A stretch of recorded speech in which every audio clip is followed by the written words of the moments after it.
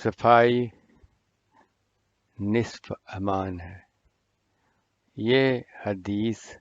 ہم بچپن سے، جب سے ہمیں ہوش ہے، جب سے ہم مسجد میں جانے شروع کیا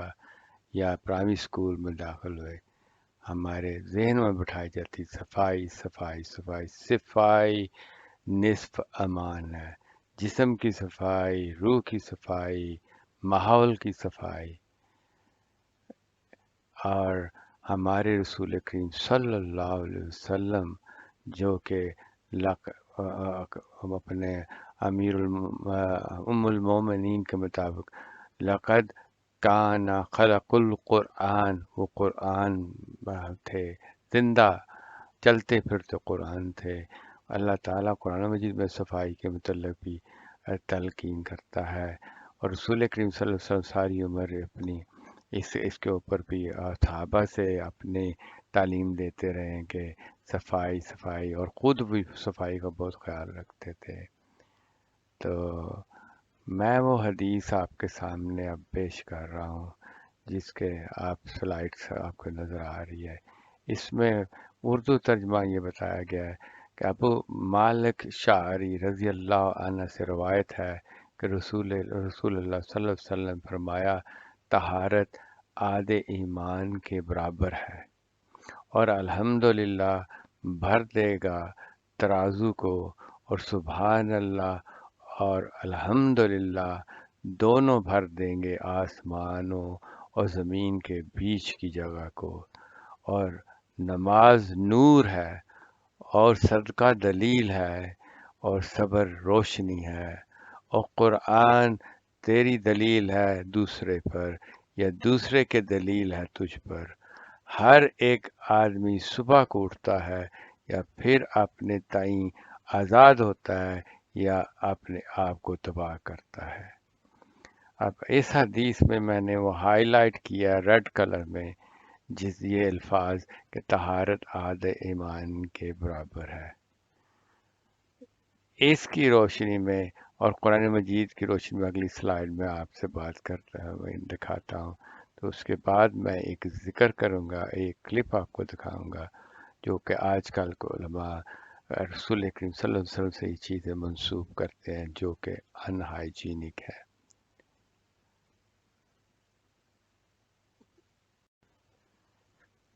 اس حدیث کے جو کہ میں نے پچھلی سلائیڈ میں دکھا ہے، اس کے علاوہ قرآن مجید میں سے میں سورہ بقرہ کی آیت نکال کے آپ کے سامنے رکھ رہا ہوں، جس میں اللہ تعالیٰ فرماتا ہے، ان اللہ یحب التوابین و یحب المتطہرین، یقیناً اللہ کثرت سے توبہ کرنے والوں سے محبت کرتا ہے، اور پاک صاف رہنے والوں سے بھی محبت کرتا ہے۔ اب اس میں بھی میں نے وہ متطہرین لفظ کو ریڈ کلر میں ہائی لائٹ کیا ہے، اس پر زور دینے کے لیے کہ اللہ تعالیٰ کی محبت کو، قرب کو حاصل کرنے کے لیے ضروری ہے کہ انسان طاہر رہے، پاک صاف رہے۔ تو اب میں اپنا پہلے میں آپ کو بتا چکا ہوں کہ حدیث کا بھی بیان دے کے جس پر اللہ رسول اکرم صلی اللہ علیہ وسلم زور دیتے ہیں صفائی کے متعلق، ادھر قرآن مجید کی آیت بھی میں نے بتا دی کہ اللہ تعالیٰ فرماتا ہے کہ میں صفا پسند لوگوں کو پسند کرتا ہوں، زیادہ محبت کرتا ہوں۔ جیسا کہ قرآن مجید کی آیت میں نے سورہ بقرہ کی بیان فرمائی، اللہ تعالیٰ محبت کرتا ہے متطہرین۔ طہارت عربی الفاظ، اس کی مراد صفائی، پیوریفیکیشن، جو کہ باطنی بھی ہو اور ظاہری بھی ہو۔ صرف ظاہری صفائی کرنے سے انسان کا اللہ تعالیٰ کا قرب نہیں حاصل کر سکتا۔ اگر دل کالا ہے تو صرف اوپر سے صرف صفائی، کپڑے صاف ہوں تو خوبصورت خوشبو اگر لائیں وہ نہیں کام کرتی۔ اسی طرح اگر دل روحانی صفائی ہو اور باہر سے ظاہری طور پر گندے غلیظ غزال غلاظت ہو تو اللہ تعالیٰ اس کو بھی پسند نہیں کرتا۔ رسول کریم صلی اللہ علیہ وسلم کے سے ایک حدیث منسوب ہے کہ وہ آپ نے منع فرمایا کہ اگر اپنا نماز پڑھنے کے لیے مسجد میں لوگ نماز کے لیے جب آئیں جمعہ کی نماز، لہسن یا پیاز نہ کھا کے آئیں، کیونکہ اس سے دوسرے نمازیوں کو کی کے ماحول میں خلل پڑتا ہے، بدبو سے لوگ نہیں برداشت کر سکتے۔ تو اس میں بھی سلائیڈ میں نے یہی بتایا ہے کہ باطنی صفائی ضروری ہے، انر پیوریفیکیشن، اور باطنی صفائی کا تعلق دل کی پاکیزگی اور نیک اعمال اور اللہ تعالیٰ کے ذکر سے ہے۔ یعنی حقوق الباد حقوق اللہ دونوں ادا کرنے تھے، اور ظاہری باطنی صفائی آؤٹر پیوریفیکیشن، ظاہری صفائی کا تعلق جسمانی پاکیزگی یعنی ہر نجاست سے جسم کو پاک رکھنا، نہانا دھونا، وضو کرنا، کپڑوں کو صاف ستھرا رکھنا وغیرہ۔ اب یہ میں دوسری حدیث آپ کے سامنے پیش کر رہا ہوں، جو کہ صحیح مسلم بک 1 سے حدیث 383 سے لی گئی ہے۔ اس کے متعلق ابو سفیان فرماتے نے کہتے ہیں، اور یہ حدیث ان سے منسوب ہے کہ ابو ایوب انصاری، جابر بن عبداللہ اور انس بن مالک نے مجھے بتایا کہ جب یہ آیت اس مسجد میں وہ مرد ہیں جو پاک اور خود کو پاک کرنے کے لیے محبت کرتے ہیں، اور اللہ ان لوگوں سے محبت رکھتا ہے جو خود کو پاک اور پاکیزہ بناتے ہیں، نازل ہوا، رسول کریم صلی اللہ علیہ وسلم نے فرمایا، اے انصار، اللہ نے آپ کی صفائی کے لیے آپ کی تعریف کی ہے، آپ کی صفائی کی نوعیت کیا ہے؟ وہ بولے، ہم نماز کے لیے وضو انجام دیتے ہیں، اور ہم اپنے آپ کو جنسی سرگرمی کی وجہ سے نجاست سے پاک کرنے کے لیے غسل اٹھاتے ہیں، اور ہم اپنے آپ کو پانی کے ساتھ صاف کرتے ہیں۔ تو رسول کریم صلی اللہ علیہ وسلم نے فرمایا، تو اس پر عمل کریں۔ اس میں بھی اللہ تعالیٰ اور اس کے رسول یہی فرما رہے ہیں کہ صفائی ہر حالت میں رکھو۔ وضو کرنا 5 وقت وضو کرنا اس طرح ہے جیسے کہ ایک آدمی 5 دفعہ نہر میں نہا کے اپنی تمام غلاظت یا تمام جس دور کر لیتا ہے۔ تو صفائی کا جگہ بجگہ رسول اکرم صلی اللہ علیہ وسلم نے بھی تاکید کی، قرآن مجید میں بھی مختلف آیات آتی ہیں، ایک آیت میں نے آپ کو پہلے بتا دی، اور یہ دوسری حدیث ہے۔ اب آپ قرآن اور احادیث کی کو مد نظر رکھتے ہوئے اس شارٹ کلپ کو دیکھیں، جو کہ ایک مولوی اپنے جلسے میں تقریر کرتے ہوئے بتا رہا ہے، اللہ تعالیٰ رسول کریم صلی اللہ علیہ وسلم سے منسوب کر رہا ہے، اور ان کے جو فالوور ہیں وہ نعرے لگا رہے ہیں کہ اللہ اکبر اللہ اکبر، جبکہ یہ حدیثیں اور یہ قرآن مجید کی آیت جو میں نے آپ کو بیان کی صفائی پر زور دے رہی ہیں، اور یہ مولوی ان کو اس کے برعکس یہ چیزیں بتا رہا ہے۔ میرے خیال میں یہ یہ رسول اللہ علیہ وسلم کی تعریف نہیں کر رہا، یہ ان کی توہین ہے کہ اگر اس طرح اگر ہمارے پیارے نبی صلی اللہ علیہ وسلم کو خاتم النبی، نبیوں کے سردار، رحمت اللہ عالمین کو اس انداز سے پیش کریں دوسرے لوگوں کے سامنے، اگر جسٹ امیجن اگر یہی چیز ہمیں کسی اپنے غیر مسلم کو دعوت اسلام دیتے ہوئے پتہ چلے تو وہ کیا اس سے تاثر لے گا۔ بہرحال یہ حدیث اپنا یہ کلپ سنیے، اور اس کے بعد میں اس کلپ کے بعد پھر آپ سے اس پر تبصرہ بھی۔ حدیث جو ہے اس سرکار کے پخانے کے بارے میں، تو حضور نے قضائے حاجت فرمانی تھی، جب آپ فارغ ہوئے تو فرماتے ہیں میں دوڑا تاکہ میں جو چیز حضور کے جسم سے نکلی ہے اس کو کھا جاؤں۔ میں وہاں پہنچا تو دیکھا خوشبوئیں آ رہی ہیں، اور حضور کا پیشاب بھی خوشبودار، حضور کا خون بھی خوشبودار، حضور کا پخانا بھی خوشبودار، کہ سرکار دو عالم صلی اللہ علیہ وسلم جب تھوکتے ہیں یا آپ اپنی ناک مبارک صاف کرتے ہیں تو صحابہ ہاتھ پھیلاتے ہیں، جس کے ہاتھ پر پڑتا ہے وہ اپنی چہرے پر مال لیتا ہے۔ جیسا کہ آپ نے اس کلپ میں، لاسٹ کلپ میں دیکھا، مولوی کس قسم کی گندگی اور جو کہ وہ رسول کریم صلی اللہ علیہ وسلم سے منسوب کر رہا تھا اور اصحابہ کرام سے منسوب کر رہا تھا، اور کہہ رہا تھا کہ حدیث میں لکھا ہے، نہ کسی حدیث کا ریفرنس دے رہا ہے، نہ کسی قرآن مجید کا۔